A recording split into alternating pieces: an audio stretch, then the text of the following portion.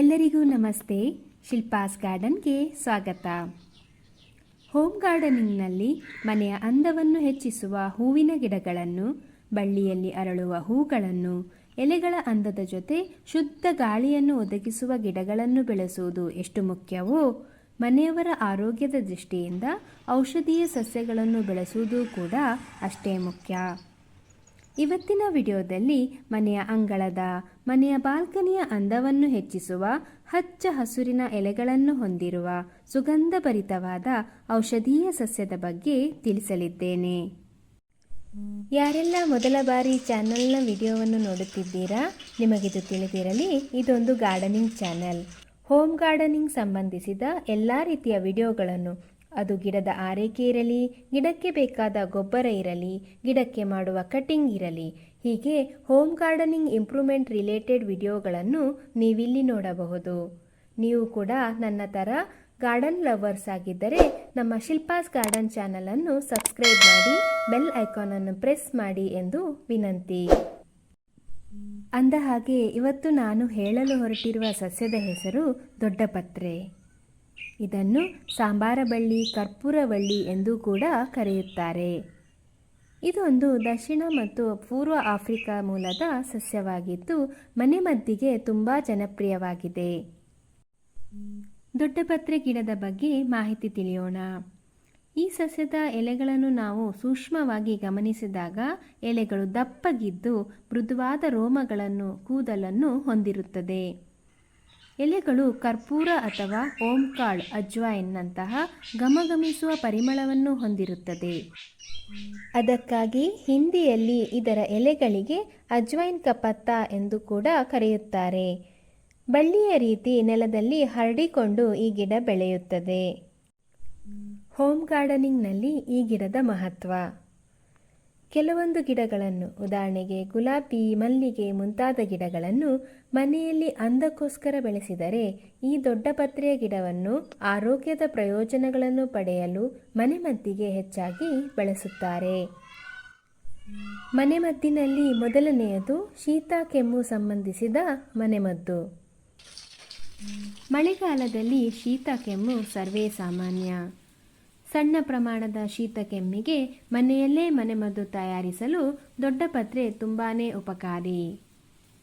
ಸಾಮಾನ್ಯ ಶೀತಕ್ಕೆ ಮನೆಮದ್ದು ತಯಾರಿಸುವಾಗ ದೊಡ್ಡಪತ್ರೆಯ ಚೆನ್ನಾಗಿರುವ ಸುಮಾರು 10 ದೊಡ್ಡ ಎಲೆಗಳನ್ನು ಕೊಯ್ದು ನೀರಿನಲ್ಲಿ ಚೆನ್ನಾಗಿ ತೊಳೆದು ಬಟ್ಟೆಯಲ್ಲಿ ಒರೆಸಿ ಈ ರೀತಿ ಎಲೆಗಳನ್ನು ಬಿಸಿ ಮಾಡಿ ಬಾಡಿಸಬೇಕು. ಒಂದು ಕಪ್ನಲ್ಲಿ ಸ್ವಲ್ಪ ಜೇನುತುಪ್ಪ ತೆಗೆದುಕೊಂಡು ಅದಕ್ಕೆ ಬಾಡಿಸಿದ ಆರಿದ ದೊಡ್ಡಪತ್ರೆಯ ಎಲೆಗಳನ್ನು ಹಿಂಡಿ ರಸವನ್ನು ಸೇರಿಸಬೇಕು. ಇದನ್ನು ನಂತರ ಚೆನ್ನಾಗಿ ಕಲಸಿ ಸೇವಿಸಬೇಕು. ಇದಲ್ಲದೆ ದೊಡ್ಡಪತ್ರೆಯ ಬಾಡಿಸಿದ ಎಲೆಗಳನ್ನು ಈ ರೀತಿ ತಲೆಯ ನೆತ್ತಿಯ ಮೇಲೂ ಹಿಂಡಿ ಹಣೆಗೆ ಹಚ್ಚಿಕೊಂಡರೂ ಕೂಡ ಶೀತ ಗುಣವಾಗುತ್ತದೆ. ದೊಡ್ಡಪತ್ರೆಯ ಎಲೆಯಲ್ಲಿ ವಿಟಮಿನ್ ಸಿ, ಫೈಬರ್ ಮತ್ತು ಕ್ಯಾಲ್ಸಿಯಂ ಅಂಶಗಳಿದ್ದು ಇದು ರೋಗನಿರೋಧಕ ಶಕ್ತಿಯನ್ನು ಹೆಚ್ಚಿಸಲು ಸಹಾಯ ಮಾಡುತ್ತದೆ. ಇದರ ಸೇವನೆಯಿಂದ ಜೀರ್ಣಕ್ರಿಯೆಯು ಉತ್ತಮಗೊಳ್ಳುತ್ತದೆ. ಈ ಗಿಡದ ಎಲೆಗಳು ಸುಗಂಧಭರಿತವಾಗಿರುವುದರ ಜೊತೆಗೆ ತೀಕ್ಷ್ಣ ರುಚಿಯನ್ನು ಹೊಂದಿರುವುದರಿಂದ ಅಡುಗೆಯಲ್ಲೂ ಹೆಚ್ಚಾಗಿ ಬಳಸಲಾಗುತ್ತದೆ. ಈ ಗಿಡದ ಎಲೆಗಳನ್ನು ಬಳಸಿ ರುಚಿಕರವಾದ ಬಜ್ಜಿ, ಪಕೋಡ, ಚಟ್ನಿ, ತಂಬುಳಿ ಹೀಗೆ ಎಲ್ಲವನ್ನೂ ತಯಾರಿಸಬಹುದು. ಸೂಪ್ ಮತ್ತು ಸಾರುಗಳಲ್ಲಿ ಇದನ್ನು ಮಸಾಲೆ ಪದಾರ್ಥವಾಗಿ ಬಳಸಲಾಗುತ್ತದೆ. ಇನ್ನು ಬೆಳೆಸುವ ವಿಧಾನವನ್ನು ನೋಡುವುದಾದರೆ, ಚಿಕ್ಕ ಮಕ್ಕಳ ಕೈಯಿಂದಲೂ ಬೆಳೆಸಬಹುದಾದ ಸುಲಭವಾಗಿ ಬೆಳೆಯುವ ಗಿಡ ಇದಾಗಿದೆ.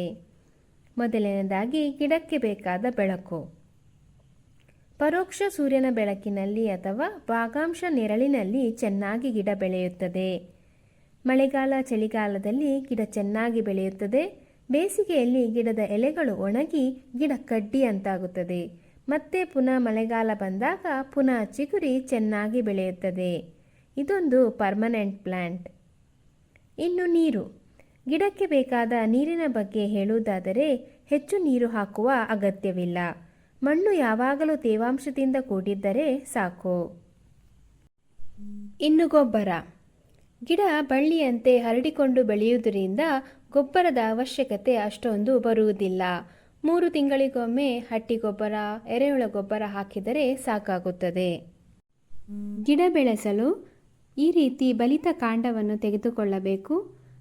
ಇದರ ಕಟ್ಟಿಂಗನ್ನು ತೆಗೆದು ನೀರಿನಲ್ಲಿ 3 ದಿನಗಳ ಕಾಲ ಇಟ್ಟಾಗ ಬೇರುಗಳು ಕಾಣಿಸಲು ಶುರುವಾಗುತ್ತವೆ. ನಂತರ ಸುಲಭವಾಗಿ ನೆಲದಲ್ಲಿ ಅಥವಾ ಪಾಟ್ನಲ್ಲಿ ನೀವು ಗಿಡವನ್ನು ಬೆಳೆಸಬಹುದು. ಗಿಡ ಬೆಳೆಸಲು ಯಾವುದೇ ರೀತಿಯ ಪಾಟಿಂಗ್ ಮಿಕ್ಸ್ನ ಅಗತ್ಯತೆ ಇರುವುದಿಲ್ಲ. ಸಾಧಾರಣ ಮಣ್ಣಿನಲ್ಲೂ ಈ ಗಿಡ ತುಂಬ ಚೆನ್ನಾಗಿ ಬೆಳೆಯುತ್ತದೆ. ಗಿಡ ಬೆಳೆಸಲು ಪುರುಸೊತ್ತಿಲ್ಲದವರು ಈ ಗಿಡದ ಕಾಂಡವನ್ನು ಕಟ್ ಮಾಡಿ ನೀರಿನಲ್ಲಿ ಹಾಕಿ ಬೇರು ಬರಲು ಕಾಯಬೇಕೆಂದಿಲ್ಲ. ಡೈರೆಕ್ಟಾಗಿ ನೀವು ಕಾಂಡವನ್ನು ಕಟ್ ಮಾಡಿ ಈ ರೀತಿ ನೆಲದಲ್ಲಿ ಬೆಳೆಸಿದರೂ ಕೂಡ ಗಿಡ ಬೆಳೆಯುತ್ತದೆ. ಈ ವಿಡಿಯೋ ಇಷ್ಟ ಆಗಿದ್ದರೆ ಲೈಕ್ ಮಾಡಿ, ಶೇರ್ ಮಾಡಿ, ಚಾನಲನ್ನು ಸಬ್ಸ್ಕ್ರೈಬ್ ಮಾಡಿ. ವಿಡಿಯೋವನ್ನು ಕೊನೆಯ ತನಕ ವೀಕ್ಷಿಸಿದ್ದಕ್ಕಾಗಿ ಧನ್ಯವಾದಗಳು.